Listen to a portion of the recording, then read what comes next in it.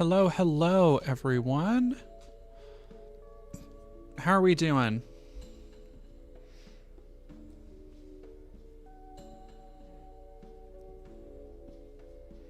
Hi, Ferrum Fox. Dog, please.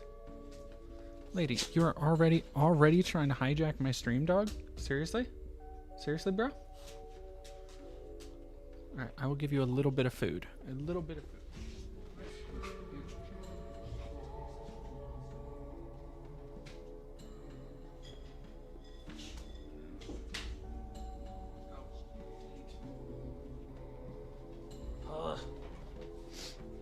Jen Chicky, thank you very much for subbing with Prime. Though a bit sick. Yeah, there's a lot of sickies going around. One of my partners actually just came down with COVID. Damn it, and I forgot my water in the kitchen. All right, I'll be right back.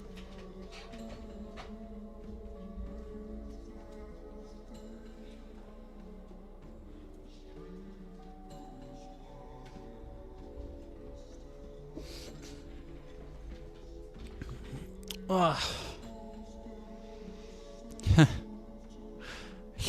Hero 001 J.K. Rowling is mere months away from being convinced her own parents were trans. Mobius 636, thank you for 8 months on an 8-month streak. Thank you so much for subscribing with Prime. Yeah, I haven't been covering the TYT stuff. I'm not sure, other than just like, because we had Benny of the Young Turks on. I thought that was that said Abigail Thorne for a second, and my heart like stopped. Lady Domina, thank you everybody for the oh hell, we already have a hype train. Good job everybody, thank y'all. What was I saying? I don't remember. Alright, there is chat.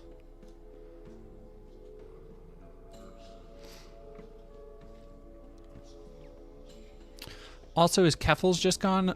She is, I believe, retiring from content. From what I've seen, I believe she's retiring from content creation. A Spirit to Corpse, thank you for gifting a sub to Silver85. Hey, Logan Mansion Games, we are just getting started up, waiting for a couple more people to trickle in, then we will get started on the news. Well, kind of news. Thank you, Lady Domina, for the party. And Jackie Sins, thank you for being a member for 2 months. Thank y'all YouTube members, YouTube memberships. I better be, YouTube is on a real bitch better have my money vibe right now, because they were saying, they were talking a big game about giving channels that reach certain users and members bonuses. I haven't seen that bonus yet. I haven't seen that cashish, so come the 21st, I'm gonna be knocking down some YouTube doors. Sis Naruto, thank you very much for following. Great, now I have hiccups.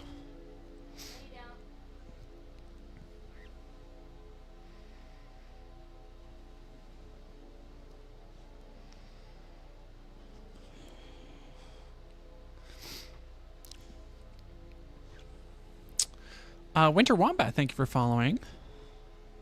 First time catching a stream within the first couple of minutes. Hello, Cupid Mutt. Thank you for joining. Yeah, the Trump Reaper, Elon Musk has 12 kids. Yeah, I've been busy on the video review I just did, and then the research project that I have been, is finally coming to fruition. I've finally done enough research by my luxurious standards.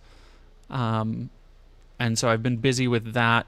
But yeah, the stream highlights we did the other day are still coming, talking about Elon Musk. Dog, hello. What? Dog has something to say apparently to everybody. What is your deal? You're being such a butthead. Hub, so what you're saying is there was a toxic, cognitive impairing piece of poisonous slime in the same room as that black mold? Yeah, apparently it's true. It's true. It's rough out there for us. Yeah. Hello, Canethius. Hello, Rowan Ash.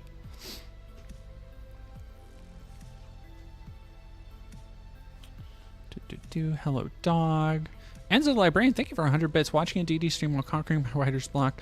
No better way to spend a Sunday night. Is it Sunday? I've lost track of the days.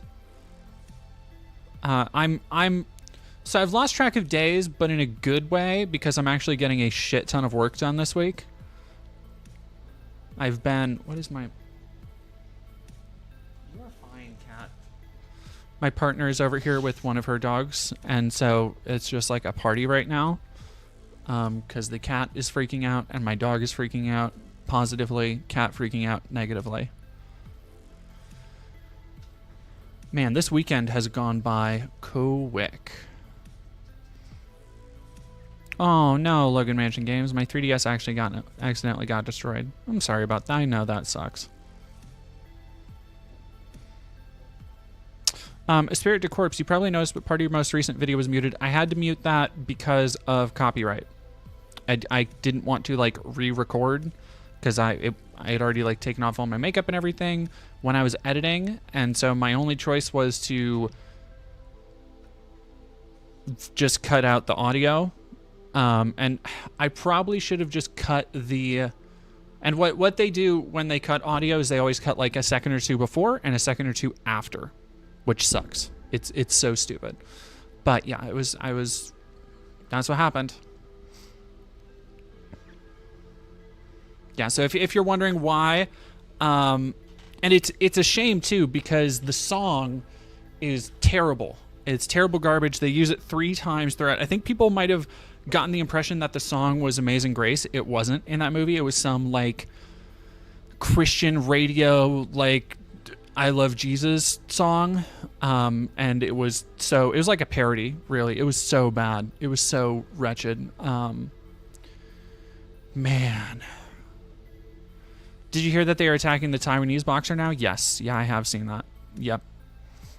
And yeah, we'll talk about all that stuff. I want to talk about Renarchy. Thank you for becoming a member. Winnie Rose, thank you for becoming a member. Thank you all. Holy crap. I have to go on a Jordan's Toy Corner for a second. I have the new. I don't usually mess with like the Jurassic Park like Netflix stuff because I'm not like a preschooler. But I have the new little baby Ankylosaurus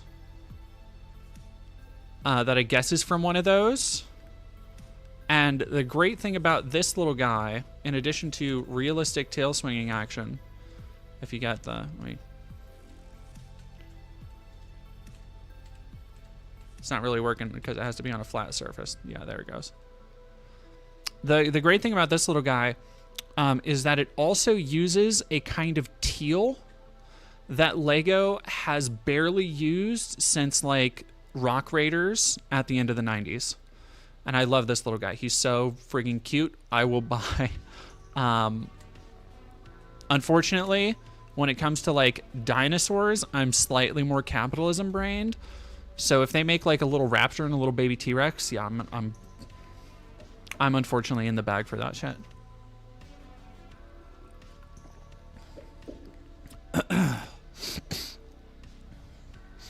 Can someone tell me about the black mold? We are talking about that first. So I brought up this article to hopefully, excuse me, explain it a little bit better. So we're gonna take chat box off real quick.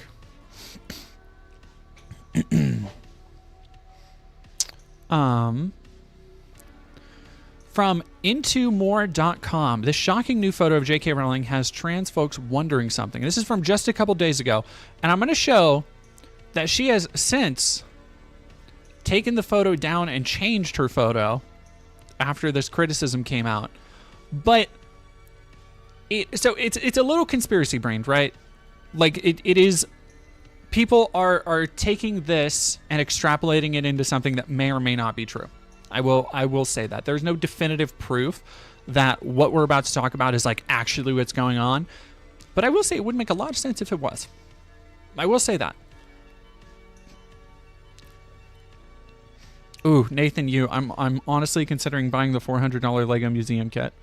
If you, my problem with buying big Lego sets, because there are a couple that I'm like, do I really want that?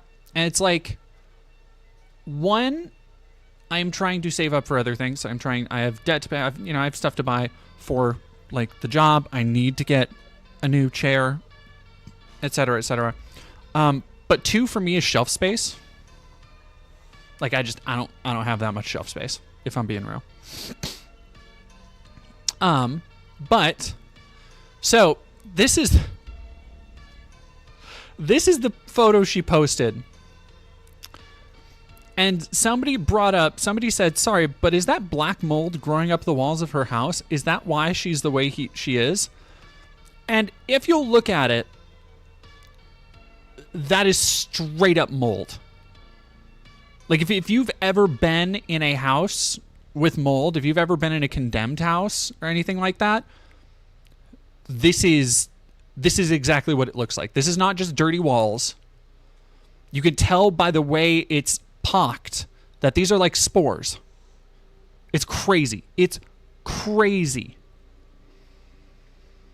Other X users had the same question. Can this possibly be right? Is it a weird wallpaper design, or is that creeping mold climbing up the walls going literally unchecked? And if it is, could this explain Rowling's turn to the dark side? Living with mold like that could definitely mess with your mind and overall well-being. We heard a story before about Rowling's reputation as a shut-in femcel who won't even see her friends and family. If the weird stuff on the wall is in fact mold, this could absolutely give credence to that theory.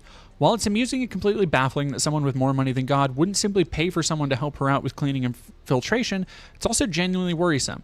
How do you get to a point in life where bullying trans women is more important than breathing clean air? Here's the thing. If people like Elon Musk and Asmongold have taught me anything, it's that money cannot buy you good hygiene or health habits. Like those are choices you have to make like for yourself. Like money can make some of those things easier as far as like eating fresh food, if you can pay to have it prepared for you, if you can pay to have people clean. But you have to make the effort first to want those things, right? Oh gosh, sorry.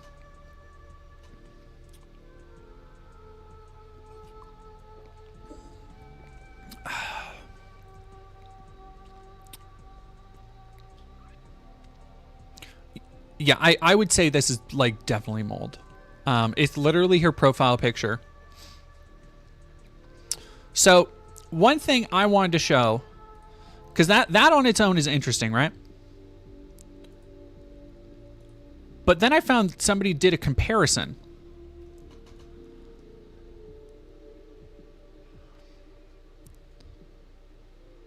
Over on Twitter.com, the Everything app.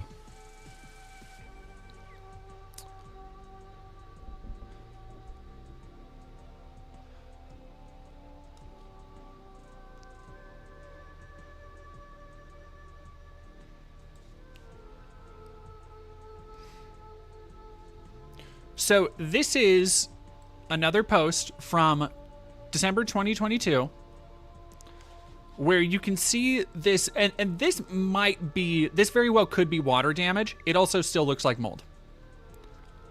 Like, if I'm being real. Now, this comparison here to the background of her house, which you can see by the doors right here, it's the same house. Like, this is the same room. The lamp over here is the same. The background is the same. So this is what the walls used to look like in 2020. And this is what they look like in 2022. I believe.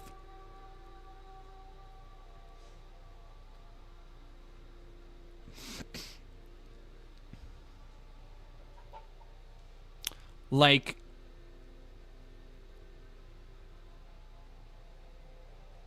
she's a billionaire. It's not mold. This is such a reach. I can't even. Is it? Is it? Is it? Dude. Like, Being a billionaire does not instill somebody with an instant like competence or intelligence. Like, have we learned nothing from watching Elon Musk? Have we learned nothing?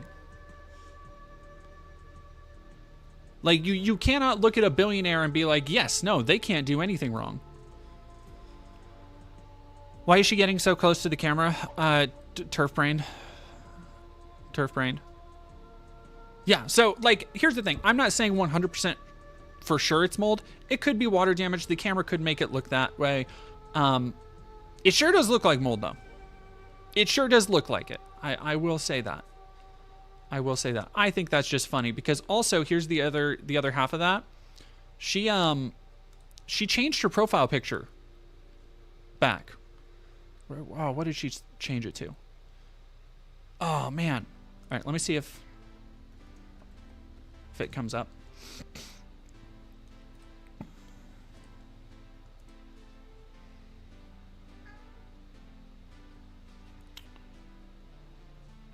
Yes, so she changed it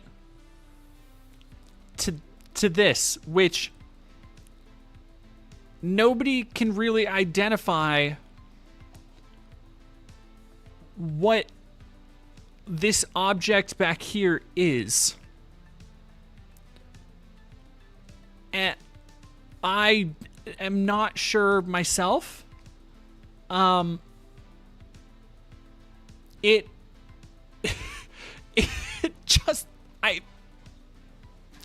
it's just bizarre. It's just a weird picture. That like, it doesn't help that like it's kind of like when RFK Jr. came out and said that he like actually had a brain worm. It's like, yeah, no, we can tell.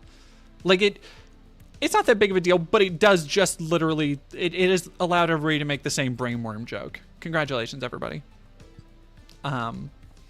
Yeah, she just has this weird, it just looks like it's straight up coming out of her ear. It's bizarre. It's so weird. I'm assuming it's like an arm from a plushie or something, but just the way it's framed is so strange. But she did, at least, because she is, of course, incredibly thin-skinned, she did change it after the row of people noticing that girl, your walls are moldy as hell. The rotting castle is such a fantasy-coded location, for sure. She might go have a problem.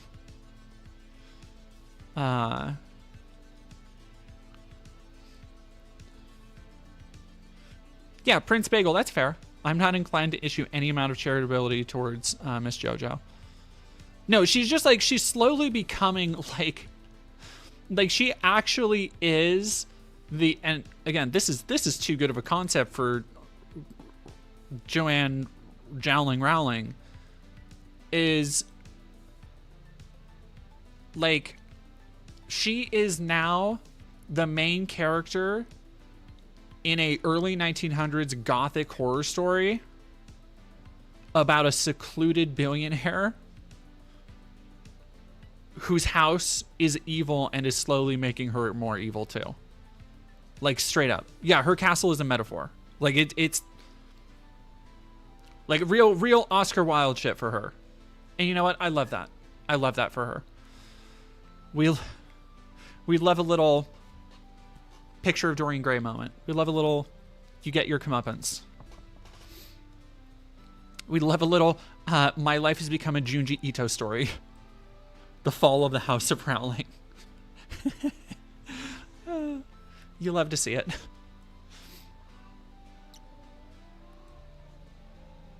Cat, you are fine. If you all hear that, my cat is fine. Yeah, yellow wallpaper ass plot, exactly. My cat is fine. My partner's dog is just here, and so she's being a real see you next Tuesday about it. She's being grumps. She's being hella grumps. Numbnut 17. Who's Dorian Gray? It's a classic. It gets lumped in with horror, but it's not. It's gothic. but it's a classic story about a vain young man who prizes his youth, who keeps a portrait of himself. That the portrait has a supernatural effect where the young man doesn't age, like he doesn't take on any of the punishments of his youth and his reckless life, but the picture does over time, and it eventually drives him mad. And so it's kind of like a very classic Oscar Wilde gothic horror story. It's very good. Recommend if you can't read it, go check out the audiobook. Very good. It's not even really that long either. Like I think it's only a couple. It's only a couple hours long. Last time I listened to it. Oh, misanthropic. I realize how transphobic my dad is. Yeah, I feel like everything is like trans issues have been foisted to such a center focus of politics at this point that in the next year or so you're going to learn what everybody thinks, if not in the next just couple months, honestly.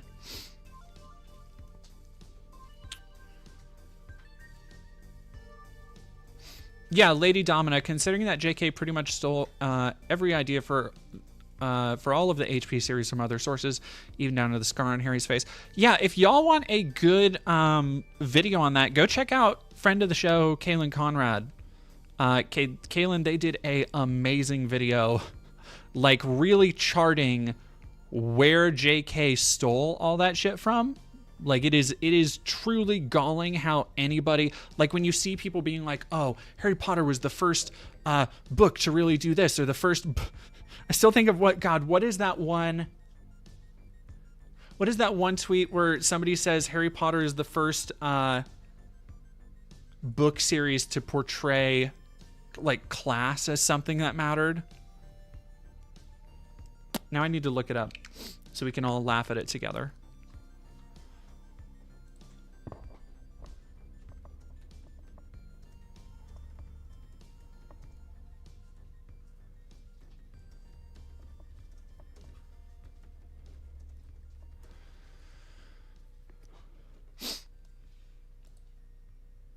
Yep, here it is. Oh, shit. Never mind.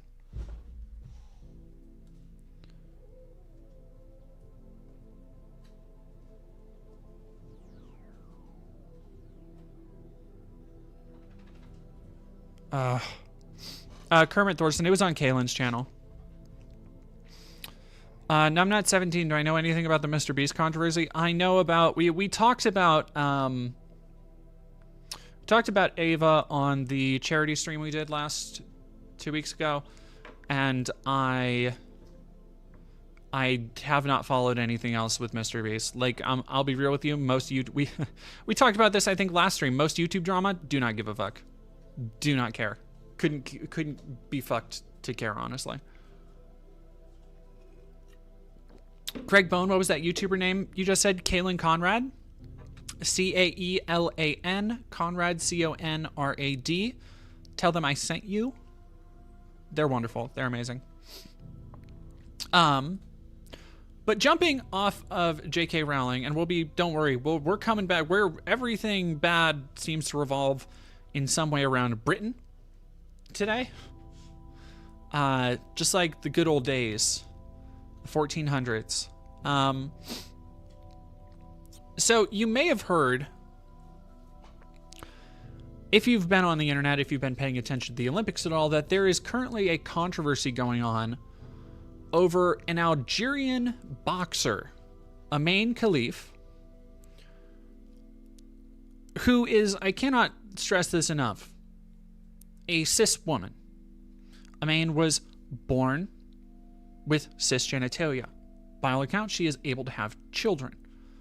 She was raised based on her assigned gender at birth. She has always presented as a woman. Yet, because she has a rare genetic condition where she technically has XY chromosomes, she is now being lambasted as being a man. Would you believe it, from some of the dumbest people on earth? So I want to go into this a little bit to explain how this has all happened and how so many people are buying into what was essentially Russian propaganda. We'll get to that in a bit. But for now, let's go over the actual story. The International Olympic Committee confirmed Iman Khelif is eligible to compete in women's boxing at the Paris Games. She went viral on social media after winning her opening bout Thursday against Italy's Angela Carini, who stopped fighting after 46 seconds. Khelif, along with Taiwanese boxer Lin Yuting, were both disqualified from their championships in 2023 after the IBA said they failed gender eligibility testing, a move that the IOC has called a sudden and arbitrary decision. The two boxers also competed in the 2021 Tokyo Games but did not medal. The IOC is committed to protecting the human rights of all athletes participating in the Olympic Games, the organization said in a statement. The IOC is saddened by the abuse that the two athletes are currently receiving. Now, here's the important part, because I've already seen, when I announced this stream, I already saw people in my comment section getting over this. Lady Domina, the XY chromosomes thing hasn't actually been proven to my knowledge.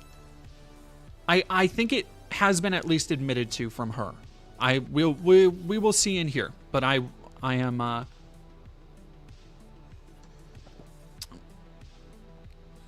I'm completely open to that as well. Khelif is a woman who is not trans nor identifies as intersex, according to GLAAD and Interact. See, here's the thing. Intersex actually has a very specific meaning. Like, it doesn't have to do with chromosomes. It has to do with your external features, generally speaking. So when people... What?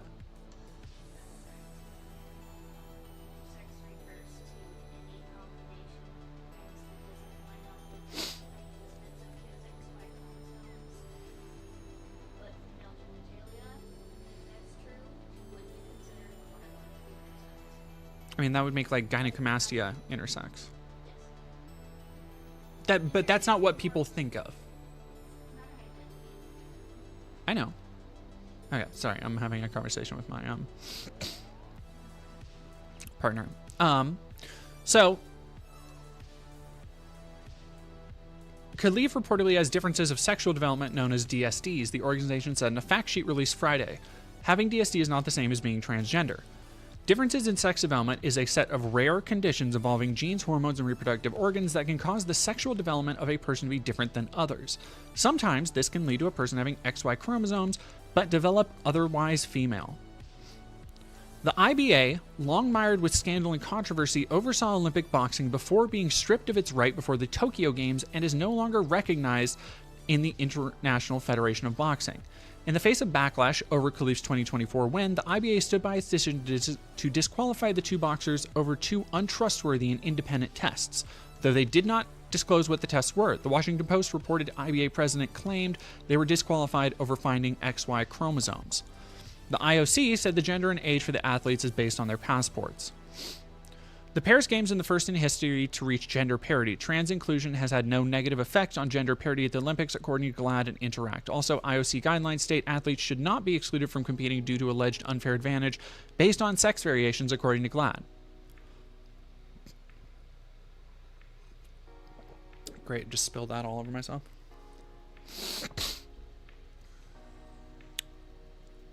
So let me actually go, because I want to go to...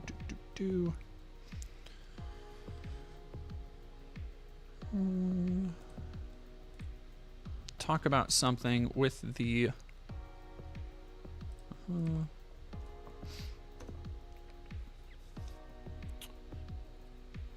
switching back over to NBC for a moment.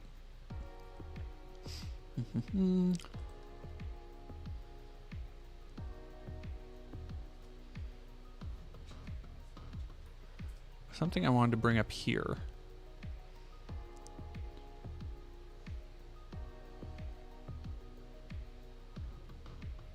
Here we go.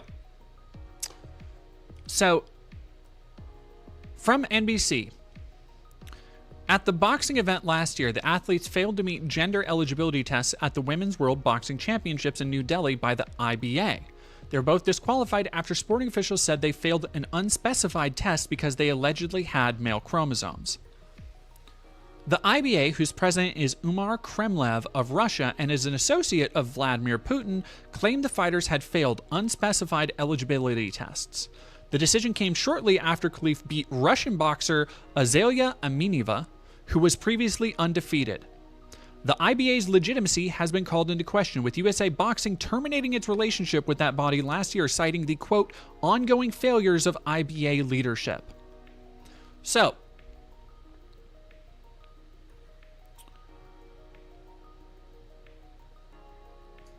the sequence of events is as follows.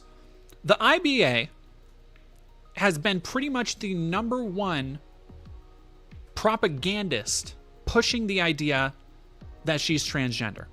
All of these conservatives latched onto these ideas. And the IBA not only has ulterior motives, but has been called out for failing leadership. There's a reason why it is not a trusted authority anymore. And it has the ulterior motive of this specific boxer being the one who unseated a previously undefeated Russian boxer. Incredible. Incredible.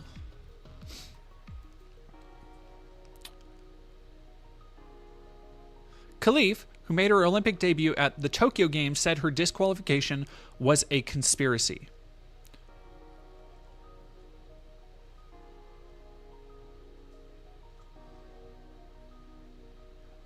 One other thing to bring up really quick.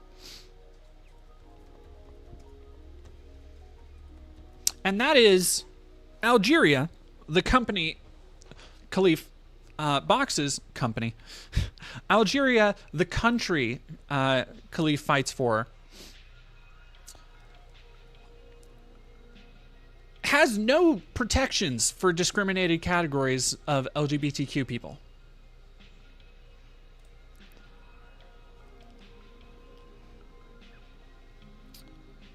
LGBT rights in Algeria. Changing gender, illegal. Discrimination, no protections. Housing discrimination, no protections. Illegal to be in the military. Intersex infant surgery, not banned. Employment discrimination, no protections. Gender affirming care, banned. Gay marriage, banned. Homosexuality, illegal. Imprisonment as punishment. So, not only is this entire conspiracy being driven by an untrustworthy source with an axe to grind that many other sources have labeled as untrustworthy, but it pertains to a cis woman who's being accused of being transgender, who would be representing a country where not only is it illegal to change genders, but homosexuality is punishable by imprisonment.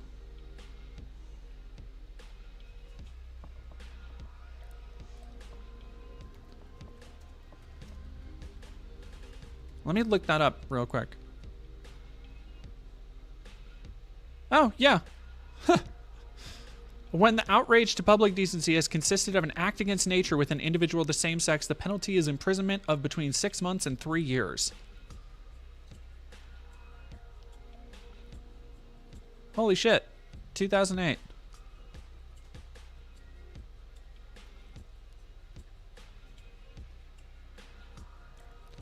Vigilante executions, beatings, and torture are also allowed, with police joining in on the attacks, being complicit, or turning a blind eye. The criminals' laws originate from the prevailing mores in Algeria that view homosexuality and cross-dressing as against the Islamic faith.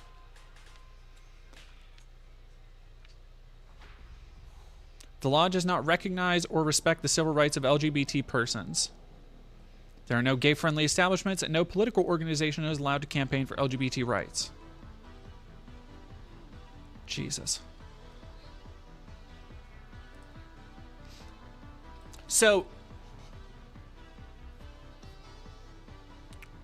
that's the country that conservatives think put forward a trans woman to represent them on the world stage. Like that's what they decided on. That's what they landed on.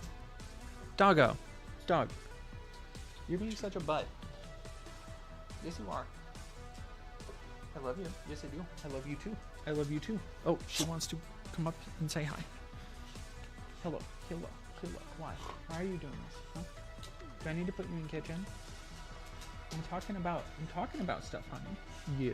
I love you. All right. Dog.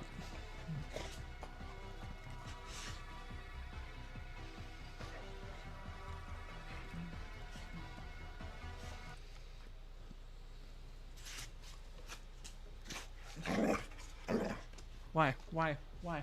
Why? Ow! You're scratching! Scratching! Kira Cat, thank you for following. Oh, Gurop, thank you very much for 4 months starting E this week. Congratulations. I just saw that. Thank you, Jackie Sins, for gifting a bunch of people memberships. Sorry, I just want doggo. Okay. All right. Gotta stop, honey. Cat, do you want to come up too? I'm besieged on all sides, chat. Come on up. No, not you. What? What? Honey, would you be able to take Lady to the park real quick? She probably just has to go to the bathroom real quick. Thank you.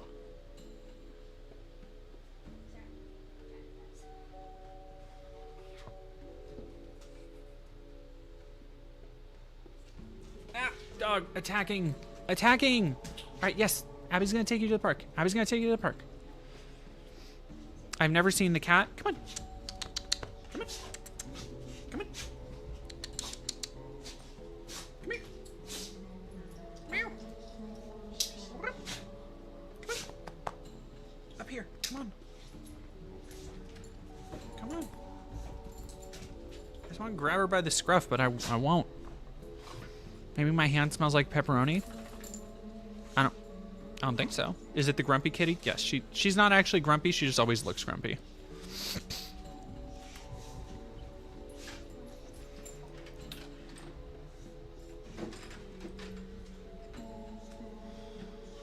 So,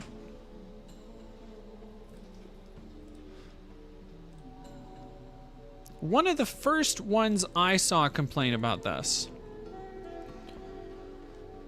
is professional loser Riley Gaines, who, if you'll remember, we've talked about before, lost to, I believe, Leah Thomas, and has just made it her personality ever since to yell at trans women in sports. Men don't belong in women's sports. Let's get it trending. Sad reality. Yes, this is the reality. This is exactly what this woman looks like. Unfucking believable. Unfucking believable.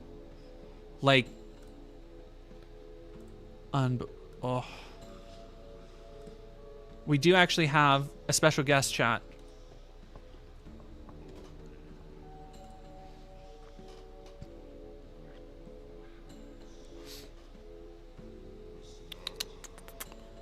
You want to say hello? Can you say hello? Can you say hello?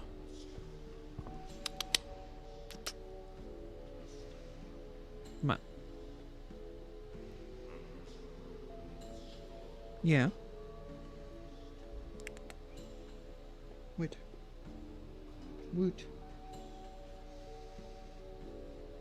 Oh, look at that cat. Oh, that's the good stuff. Oh, yeah. Oh, yeah.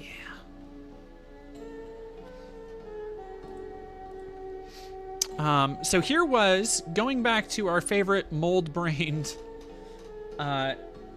billionaire.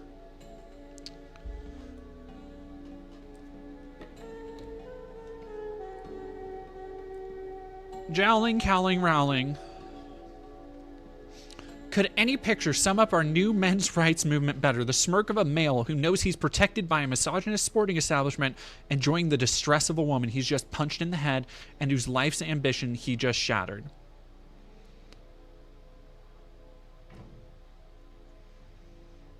Now, for a moment, I want you to consider if the sexes were reversed on this. They wouldn't be the same at all, in any way. At all. Right? I know this because if you look at Michael Phelps, genetic abnormalities are not excluded from sports. They shouldn't be. If you are competing and you have a natural advantage, that is what competition is for. It is not meant to be this completely equalitarian playing field. Egalitarian. Sorry.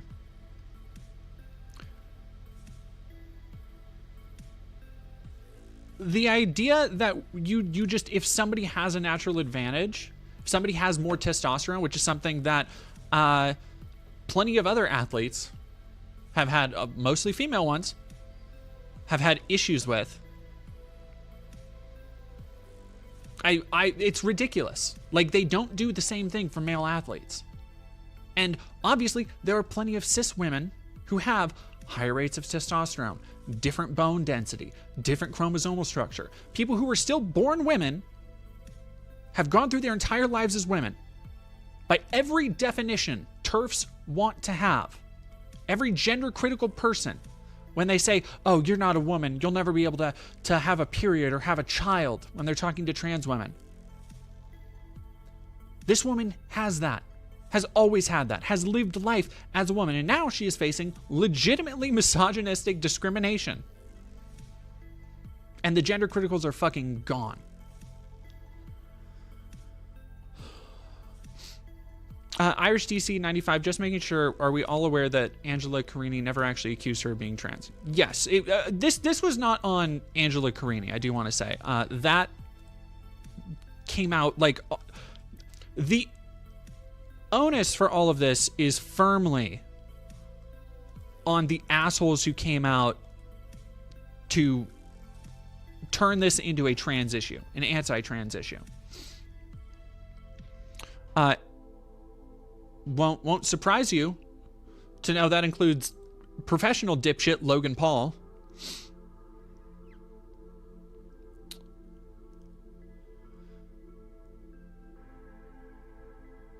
Those on the political right were quick to jump to Karini's defense, claiming that Khelif was actually a biological man and should not have been able to compete. Again, it's literally illegal in Algeria.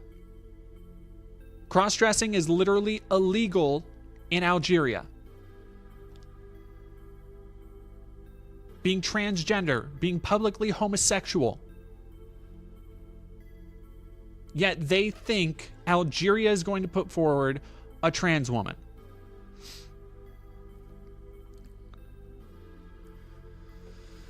Yeah, no, Kobold, there are 0 trans athletes this year, so they invented one. Yeah, they had to invent one. Like, that's literally like, trans issues are one of the biggest things for conservatives right now. And when there are no trans athletes, they had to fucking make one up, like, straight up. Their misunderstanding stems from the fact that Khelif was abruptly disqualified by the IBA last year after failing to meet an unspecified gender test. I'm super curious about what that was. Super curious. Khelif was born with a birth defect called Swyer syndrome, a condition that precludes the development of ovaries and leads to an elevated level of testosterone, in addition to chromosomal abnormalities. But Khelif is still a woman. She is classified as such on her Algerian passport and by the IOC. Logan Paul being a, of course, total idiot dipshit.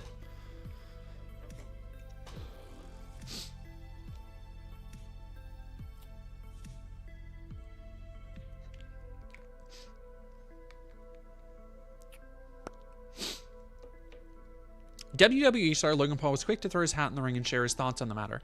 In a now deleted post, Paul referred to Khelif's participation as the purest form of evil, claiming that a man was allowed to beat up a woman on a global stage. Other celebrities, such as J.K. Rowling and Elon Musk, co-signed Logan Paul's claims. This led to a widespread smear campaign against Khelif and further muddied the truth of the matter. Here's the thing. Khelif actually came out and said that she will be pursuing legal action against the people who started the hate campaign, and I really fucking hope. I really hope. Like, it's very easy to link people like J.K. Rowling and Elon Musk to the harassment she's received.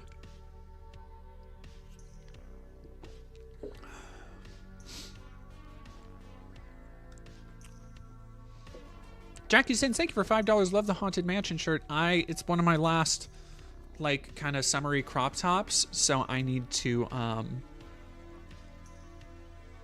I need to do laundry. I'm just waiting. She should get the lawyer that took Alex Jones down. Yeah, Mark Bankston and his team. Abigail Normal, Boston Globe literally wrote she was transgender in a headline imprint. Yeah.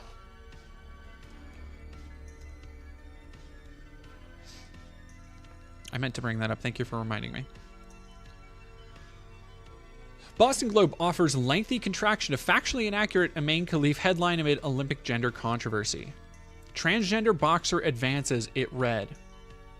However, on Saturday, the Globe issued a statement in which it apologized for the inaccurate nature of the headline. Quote, a significant error was made in the headline on a story in Friday's print sports section about Algerian boxer Amain Khelif, incorrectly describing her as transgender. Additionally, our initial correction of this error neglected to note she was born female. So, they had to correct it twice. Fantastic. Awesome. So smart. Second thing, you'll notice Logan Paul has also walked back his claim. Like, they've walked it back. After a few hours of people trying to correct Logan Paul, he posted a follow-up that only made the situation worse. He took down his original post but stood by the sentiment he expressed. He took his claim even further, pointing out Khelif's controversial disqualification by the IBA without giving the context of her birth defect. Although she's been previously disqualified for failing a gender test and has XY chromosomes, some sources say Amain Khelif was born a biological woman. I stand by my sentiment. The women's tag team champion seemingly showed disdain for Paul. Shocking. Isla Dawn saying, baffled by the constantly moving goalposts for womanhood. Just say you have zero media literacy and keep your transphobic opinions to yourself. Have a good day. Isla. Isla? Yeah. Isla? But no, I fucking love that. John went on to say her post wasn't aimed at anyone in particular, but given its timing, it's hard not to believe the post was about Logan Paul. You love to see it. You love to see it.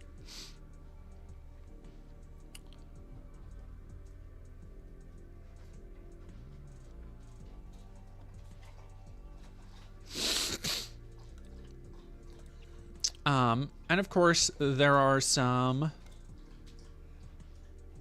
Let's Logan Paul. Oh, yeah, the quartering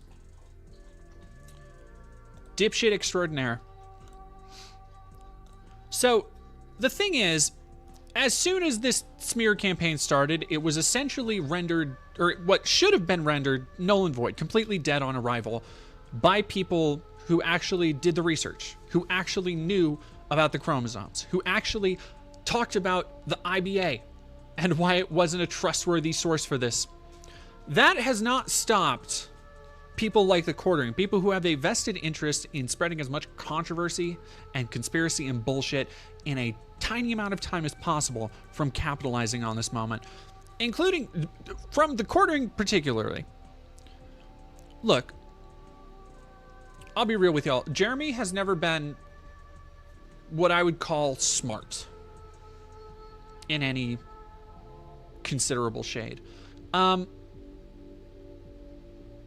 This might be some of the dumbest shit he's said. Like, straight up, without reservation. Where his evidence for I don't understand. It's a lot. You see a lot of the similar things in spaces with gender criticals and just these dumb, like, dweebs. Where they spend so long, purportedly, people like Libs of TikTok, J.K. Rowling, spend so long spreading fears, stoking fears, spreading conspiracies and wild, crazy stories about trans people, yet they don't know, like, just the most basic aspects of trans presentation, of trans healthcare. For example, no trans woman on a world stage in a combat sport, just hypothetically here, would be untucked. I'm fairly certain most male boxers. Let me actually look that up too.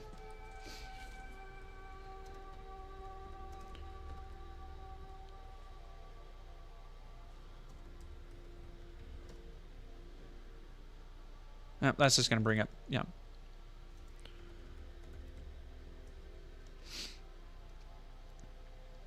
No, it's just bringing up more boxers. Oh, Cora, maybe you have it for me.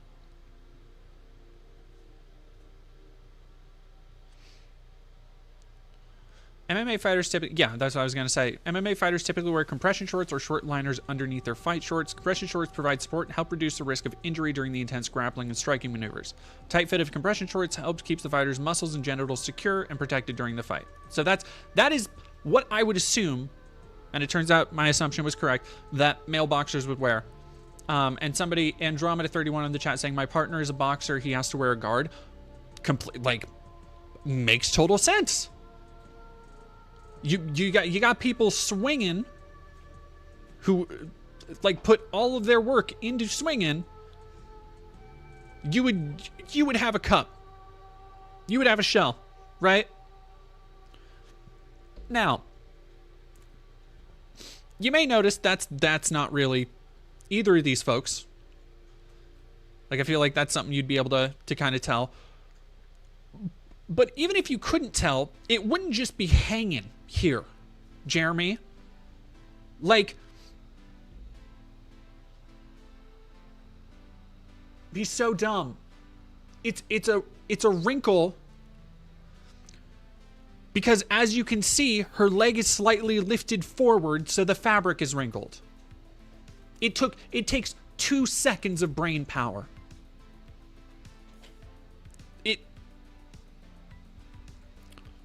This is the ideological competition we face, folks. Like, how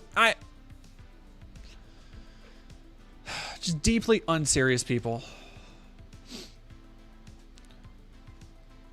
The Spurgs in community notes are saying this is a crease. Well, how about this then? Also, a crease, Jeremy. I don't think he even, like, I wasn't gonna do it. I was gonna turn to the dark side. I was gonna make a joke. I'm not gonna. Because Gyro PP in the chat already made the one I was gonna say. So, shout out to you. Thank you. Trans femme princess women are also allowed to wear a breast protector and groin protector if desired, as long as the breast protector does not shield any target area of the body, including the breastbone. For men, a groin protector must be worn and a jockstrap is optional. Mouthpieces are mandatory for everyone. Oh, hey! Came out with the NBC Olympics. Thank you. Damn.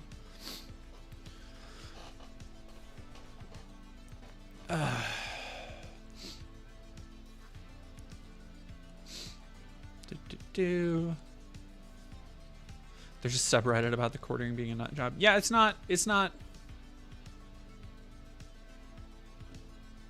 Oh yeah, Alyssa, right at the bottom. I didn't know you both wrote for a Dead Show website, Kotaku, and are pro men abusing women. Double threat.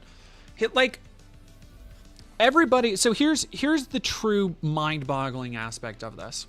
Is, like I said, almost immediately after this story broke, of course, everybody in the conservative sphere, from Matt Walsh to the Quartering, J.K. Rowling, every BC tier conservative asshole that you're constantly seeing in your fucking Twitter feed now because Elon likes and shares them, all jumped on this.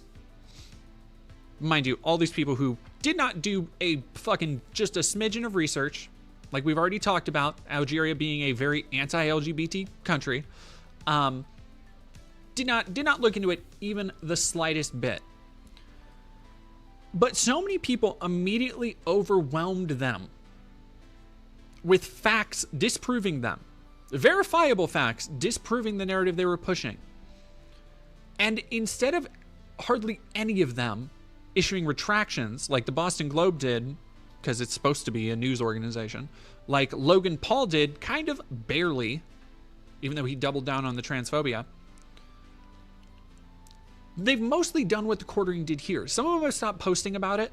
Like, they'll just kind of quietly sweep that under the rug. But most of them just ignored the criticism and continued to say that this cis woman, who was born a woman, has lived as a woman her entire life, is in fact a big, scary, lumbering man who's just ready to fight women and beat up on women. Like, the amount of people I've seen say that they would fight her. Like, the amount of men... Ooh, let me see if I can find it real quick.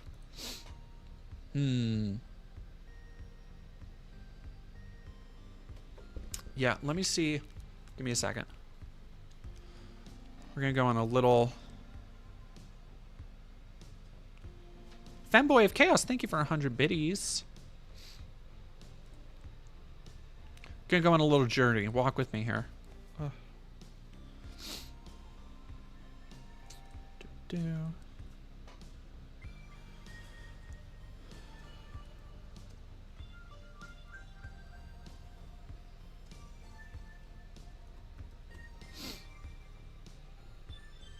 Yeah, Irish DC 95. These men who speak about wanting to protect women are awfully eager to beat up a woman. Yeah. Yeah.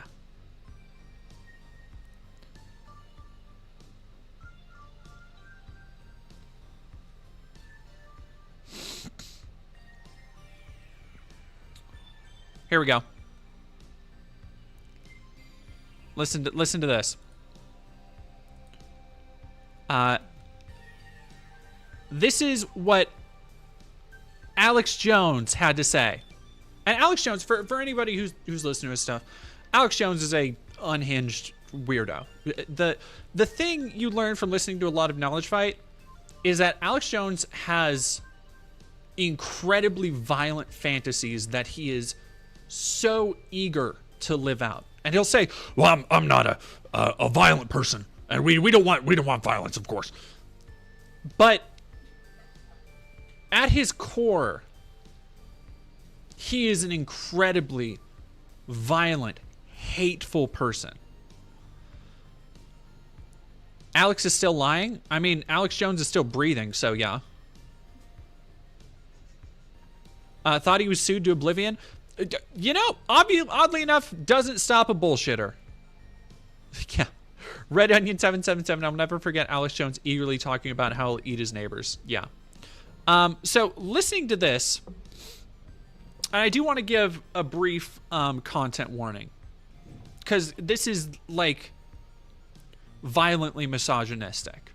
Again, by the time Alex said this, we knew it had been confirmed that Khelif is a woman and has always been a woman. But it goes against the conservative narrative to even say that. So this is what he decided to say. National TV, snarling at her, celebrating, and then proudly getting a gold medal. I mean, I'm laughing because I don't want to cry here. The Olympics is a total joke. Look at this guy's face as he punches a woman in the face. That is such a monster right there. And these perverts and these sickos, some want to beat women, some want to rape women. They're everywhere, and they're full on in the government, the Pentagon, other governments. They're just everywhere. It's a damn cult. And I differentiate. You know, if some man wants to be a woman and they're a nice person and they're not politically actively trying to go out and convince kids to do it and bullshit and try to beat women up, then I'm like, hey, live your life. I'm not your enemy. I don't hate those people. Bullshit. I mean, people have a right with their own bodies to do what they want, but you do not have a right to take over women's sports and come in women's bathrooms because you're a predator. I mean, imagine he's a psycho predator. Imagine out of 8.5 million people, they've gotten enough men that want to go take over cycling and swimming and wrestling and boxing and weightlifting. And I said this would happen a decade ago when this started. I said, soon, no biological women will be winning anything. I mean, look at that lunatic. Look at his face. And imagine being the trainers and the people that are part of this and involved in all this. So it is a cult of sicko. Important to note there are no trans women in the Olympics. They aren't just like sweeping everything. Like we've talked about it before, their trans women have won events, but a lot of them also lose a lot of events against cis women competitors. It actually kind of breaks even overall. The reason you don't hear about that is because that doesn't fit the conservative narrative that they're just blowing everybody out of the water and they're coming into women's spaces and they're taking over all these women's spaces, these things that nobody gave a crap about before. So Alex Jones can sit there and fucking bloviate until his head turns that dumbass tomato red. God, I get irate listening to him. Imane Khelif lost 9 matches before this against all equally terrifying women. Yeah, like when you look at, so I'm doing my research piece on Synthetic Man right now, right? And one of his major things is complaining about Abby in The Last of Us and complaining about like strong women in games just in general, because he believes that, you know, no women could ever look like that. Like no woman can be buff unless you are like taking a just constant diet of steroids and hormones and all this other stuff. And it's like, no, because just like men, some women genetically have predispositions to being able to grow muscle, being able to lean up, to bulk up. Like, not everybody at a genetic level has the same ability, the same potential, for example, to go be an actual bodybuilder. And that's not just men, that's women too. Like, this kind of blanket statement of what a woman is or what she has to look like, this is where it ends up. The same place trans people, trans activists have always said it would. With a cis woman being accused and called a man. The second the narrative actually evaporates, and it's like, well, actually, no, she was born a woman and has lived her entire life as a woman. Then, of course, they just go after her looks. Because she's not what they think is traditionally effeminate. She looks perfectly feminine, by the way. Like, she's not an overly masculine person by any stretch of the definition. Just in a combat sport, in a combat arena, not a lot of people taking really flattering photo ops there. Like if you've ever seen like famous pictures of like Muhammad Ali or George Foreman, they're not glamour shots. You know, it's not really what people do. Go look up UFC fighters taking pictures. Simric, thank you very much for super chatting. $10. Howdy Dad, relevant for Fox News. Irish boxing who beats I cannot. Okay, I will look that up real quick.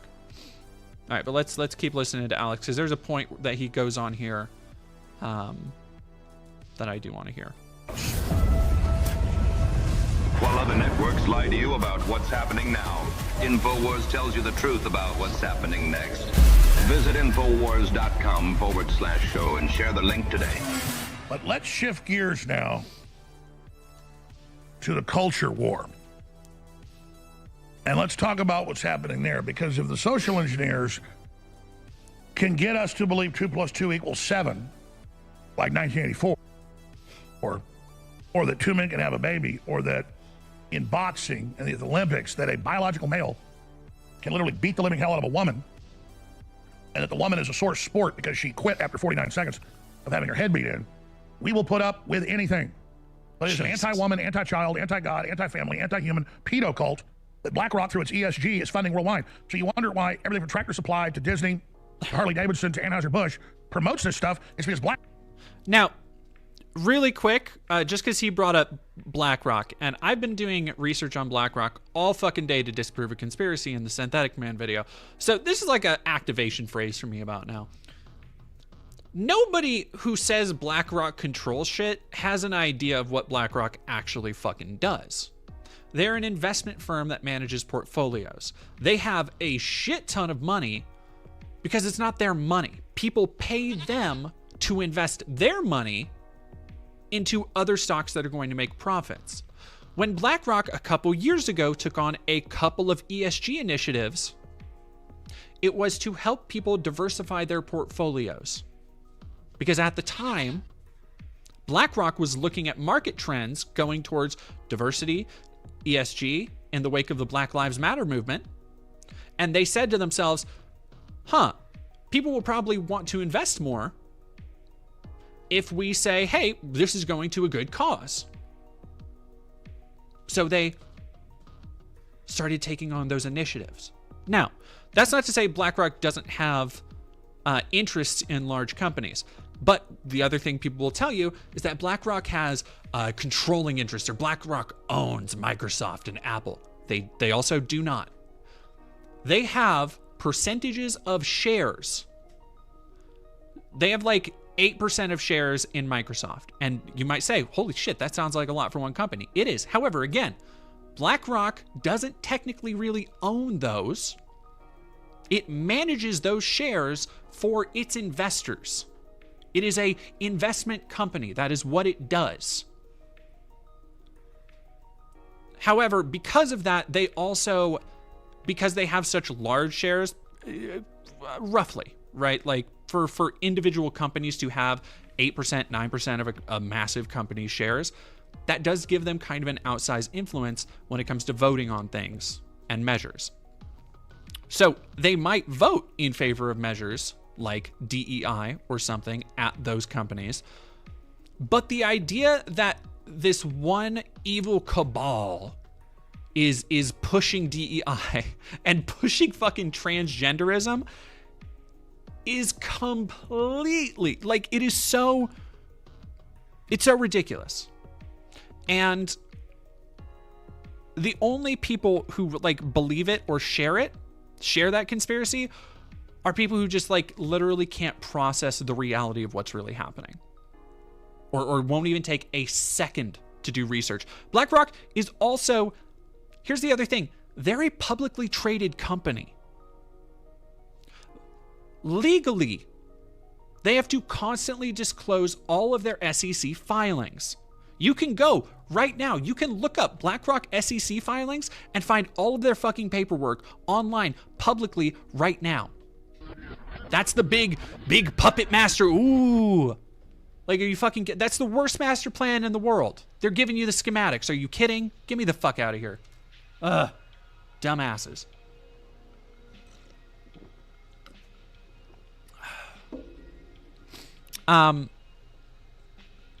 Yeah, it's like, so if anybody ever mentions BlackRock to you, it's like, oh, BlackRock is pushing this and they control this. They have no fucking idea what they're saying. Because here's the thing. Here's the other half. BlackRock actually is an evil company. Like, because BlackRock has... can I say BlackRock more? BlackRock. Because it has such massive, like, an inordinate amount of wealth. Trillions of dollars they handle. Because they have divested in so many different sectors and so many different massive companies. This is a problem, right? There are legitimate problems in the way Vanguard, State Street, and BlackRock all do business and are all interconnected.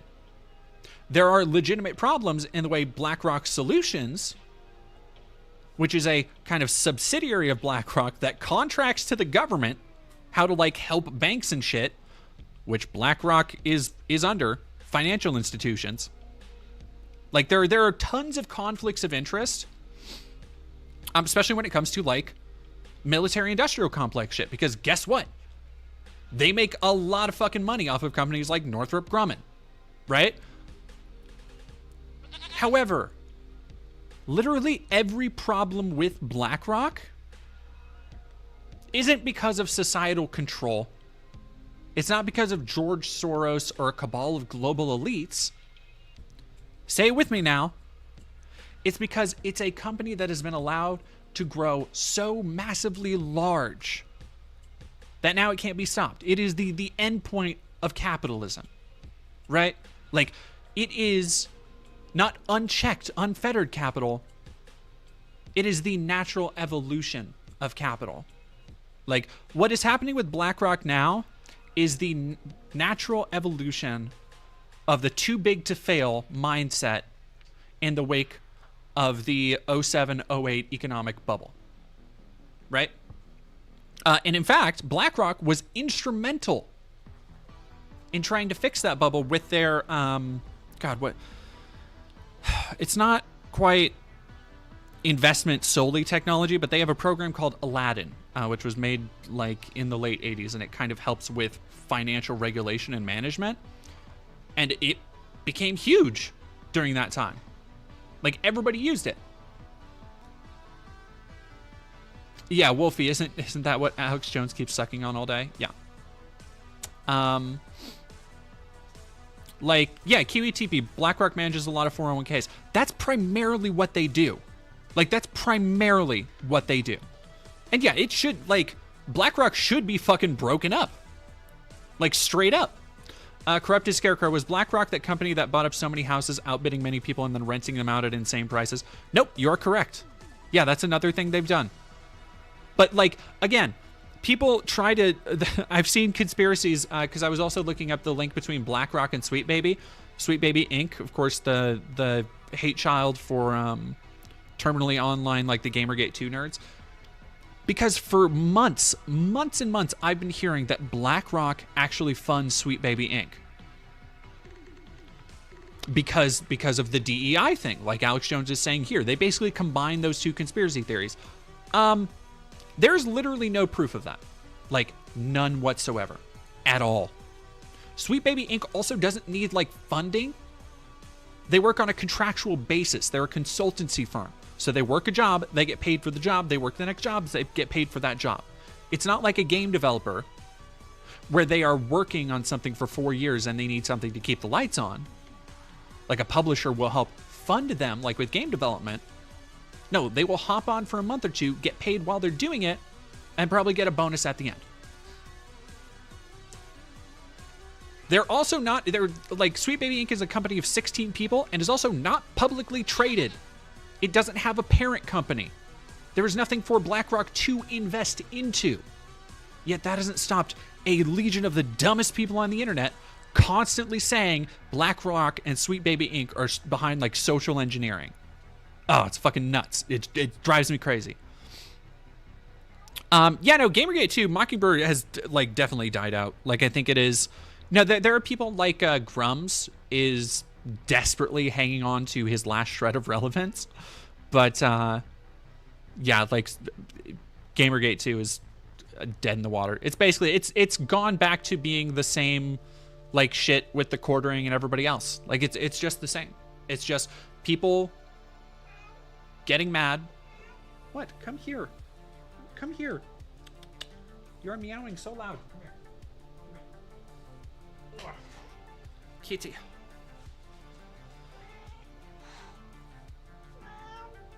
You're okay. You're such a baby. You're such a baby. Yeah.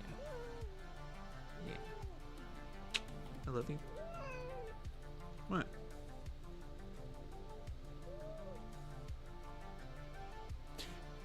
You are okay, honey.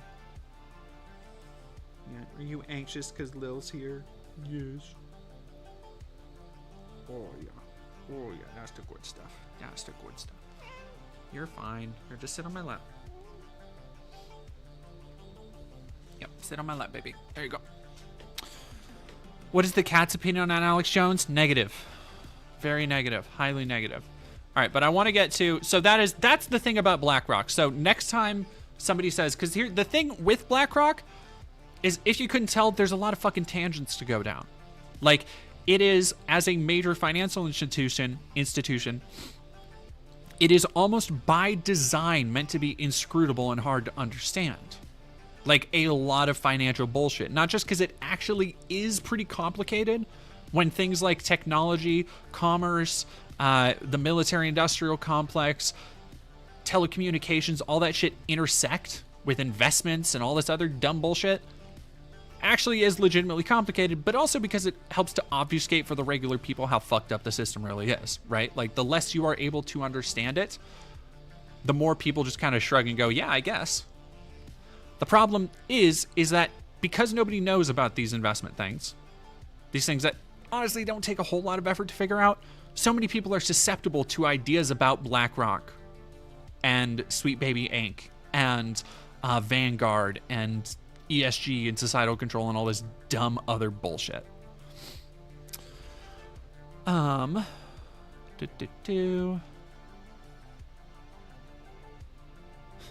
Avalon and Babylon, in all fairness, my cats don't think very highly of me. I'm always taking mice from them or screaming when they bring moths into my room. They're giving you gifts. Those are gifts. All right, let me go back to Alex Jones real quick because I want to go to his unhinged rant. Black Rock will cut your funds off and come after you. And the litmus test is, do you let women get pushed out of sports? Do you let men go in women's bathrooms? Because that's a test of globalist culture. If you'll put up with that, you will put up with anything. I mean, I can't... Showing the South Park thing. God, what fucking year is it?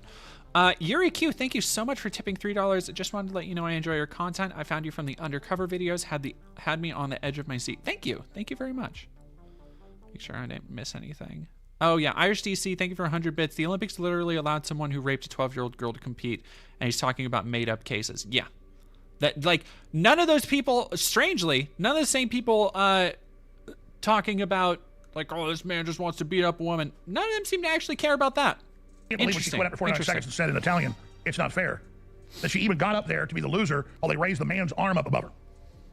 Olympic boxer deemed to have male chromosomes, wins fight in 46 seconds, opponent left in tears after hard hits. I mean, look at the dude. And he even menaces her afterwards. Menaces? Angela Carini abandons Olympic fight for 46 seconds against the man. You can't compete against men, but you can sure beat up girls. Olympic boxing is having a fight about gender. That's how Time Magazine spins it. Algerian boxer Iman Khelif wins fight at Olympics after being cleared to compete in women's events despite LGBT fight as Italian opponent abandons bout. Boxer brings issue of Olympics gender testing to surface. I love how they didn't even, like, they obviously used, like, AI or auto generation for the subtitles and did not even fucking come close to accurate. Man. Wow.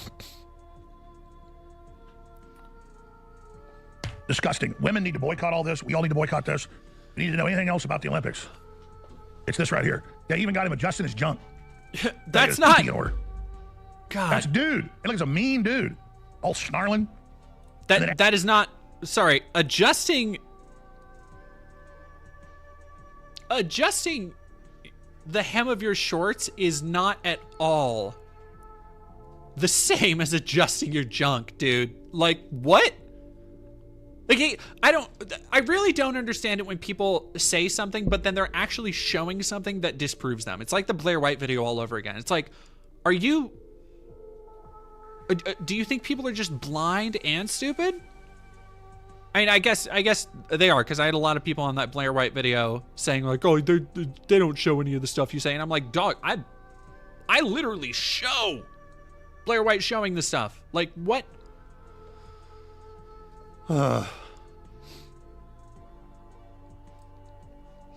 After she quits, he comes over and walks by her like he's gonna hit her again. Man, you're a real tough guy, buddy boy. You know, I'm not a shot so fast, I'll make his head spin. I'll break my hand on his ugly head. Son of a bitch. Piece of shit. Absolute disgusting cockroach. Go ahead and play the 46-second fight. Here it is. We got some slowdowns of it I sent you guys. And then look, a dude, he's actually proud that he beat up a girl. Now, these people are sick. Look at that. Boom. Punches her right in the mouth. I mean, look at it. Look how sick he looks. Back it up 3 seconds. Look at the evil look on his face. Go frame for frame. Look at this smile right here. Roll through frame by frame. I want to show his smile. T-pose. Look at that face. Hit pause. Ooh, that face would get me going right there, man. I got in the ring with that guy. Oh, my goodness. Look at that face. A predator beating up women on international television, and he's proud of himself. He gets to go to the Olympics, beat up women for the qualifiers, get in the ring and beat up a woman, and then get a gold medal. And I know I sent you the tape. So a couple of things. Khelif has not won the gold medal. Not yet. In fact, this was not a medal fight. She is not... I believe she did place for bronze at this point, and I think there are still more fights to come. But as of now, she has not gotten a gold medal, right? Second thing, this violent fantasy that he's talking about of bashing his jaw in and knocking his jaw clean off and breaking his hand on her head. He is not talking about a man. He's talking about a woman. Conservatives don't actually care, though. Like that is what this narrative, more than anything they've done recently, shows. They don't care. It should be surprising after everything with Trump, that they continue to value feelings over facts. But they truly do not care, especially when it comes to things like women. And as they continue to show. If everything with Roe v. Wade didn't already tell you that, everything with denying even cases of incest or assault didn't already tell you that, then let this case of a cis woman, someone who was born a woman, who hails from a country where being trans and gay is illegal, yet they would rather say that she is a man. They would rather have elaborate violent fantasies about beating her up and breaking her bones, because they would rather have some kind of wedge issue to shove the trans debate in somewhere it is not applicable than to just shut up and watch the fucking Olympics.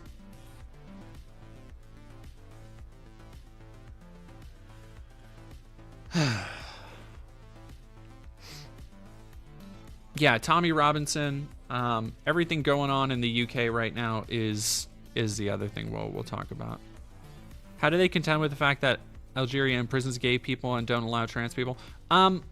They don't seem to really. They don't seem to really care. Misanthropic, off topic, but Fortnite players are getting glitches from the Cybertrucks. Love that. Fantastic. Mockingbird, does Alex have a wife? Because God, I hope she's okay. If not, I believe he's divorced again. He's been remarried, but I'm not entirely sure. Also, holy shit, I cannot believe we have I've had like pretty consistently over 1,000 viewers between the two channels. Thank y'all so much. I do want to read this Fox News article. Irish boxing champion who beat Algerian fighter in Olympic gender controversy weighs in on the drama. Amy Broadhurst was among the women to beat Algerian Amain Khelif, the fighter, and spoke out about her former opponent on Wednesday. Broadhurst of Ireland was a gold medalist in 2022, beating Khelif in the finals. Khelif was then disqualified for what the IBA president was proved had XY chromosomes. Broadhurst also weighed in. Have a lot of people texting me over Amain Khelif. Personally, I don't think she has done anything to cheat. I think it's the way she was born, and that's out of her control. The fact that she's been beaten by 9 females before says it all. Hey, look at what we've been saying the entire time. Like,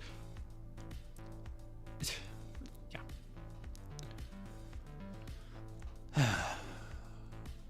If this is a man and it becomes 100% fact, I'll be disgusted that I was in the ring, and so was many others. Well, fuck you, I guess, Broadhurst. Man versus a woman is far from okay, but right now nobody knows what the true facts are. You won the fight. What? Like,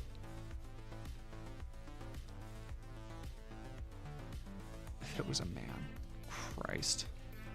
Yeah, well, that didn't last long.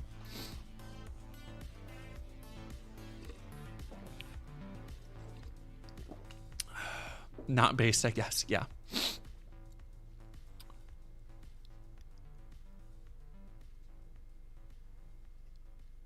Huh.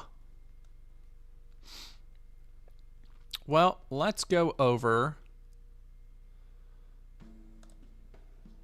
what is happening in Britain.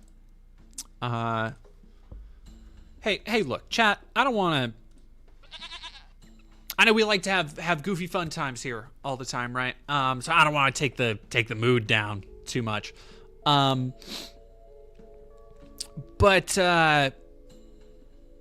what's happening in Britain is wildly fucked up right now. Yeah, let's start with a this article from the New York Times. When was this? August 3rd, yeah, so yesterday. After a deadly stabbing at a children's event in northwestern England, an array of online influencers, anti-Muslim extremists, and fascist groups have stoked unrest, experts say. Violent unrest has erupted in several towns and cities in Britain in recent days, and further disorder broke out on Saturday as far-right agitators gathered in demonstrations around the country. Violence has been driven by online disinfo and extremist right-wing groups intent on creating disorder after a deadly knife attack on a children's event in northwestern England. 3 children died and 5 were in critical condition after the attack at a Taylor Swift-themed dance class on Monday. On Tuesday, rioters, whom the police believe are far-right supporters, injured dozens of officers. So let's talk about this event first, from July 31st. The attack, which local police chief Serena Kennedy described as ferocious, took place. 17-year-old boy was arrested and is being questioned by the police. A group of children were. I'm not going to go into the gory details. I don't want to deal with that. The suspect arrived at a taxi and refused to pay for the trip. A local businessman told The Guardian that a member of his staff had seen several children running out not long after, all bleeding.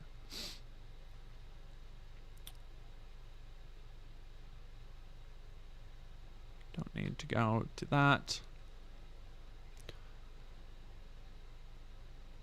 The police arrested the 17-year-old boy on Monday on suspicion of murder and attempted murder. The suspect lived in Banks, a nearby village, but is originally from Wales, the police said.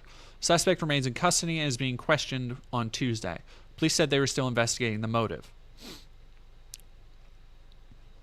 At this moment in time, the investigation is not being treated as terrorist-related. Under British law, young people who are under criminal investigation cannot be named until they turn 18, except in very rare circumstances.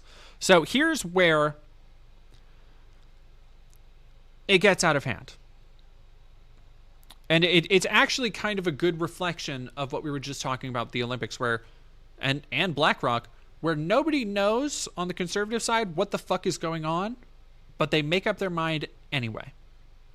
Like, nobody has the facts behind a situation before they just jump right into the fire. Quite literally in this case. Immediately after a peaceful vigil, almost 40 police officers were injured. The police say they believe that supporters of the English Defence League, a far-right extremist organization, were involved in the violence. The rioters set police cars on fire, destroyed cars belonging to locals, threw bricks at a mosque, and damaged a convenience store. The violence, including the targeting of the mosque, appeared to be linked to online disinformation about the suspect in the knife attack. The police had previously warned that a name being circulated on social media was incorrect. In a statement on Tuesday night, Keir Starmer condemned the unrest and vowed to hold those who took part accountable.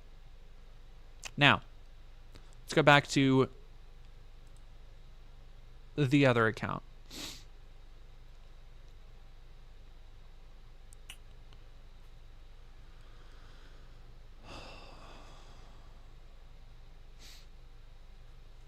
A range of far-right factions and individuals, including neo-Nazis, violent soccer fans, and anti-Muslim campaigners, have promoted and taken part in the unrest, which has been stoked by online influencers.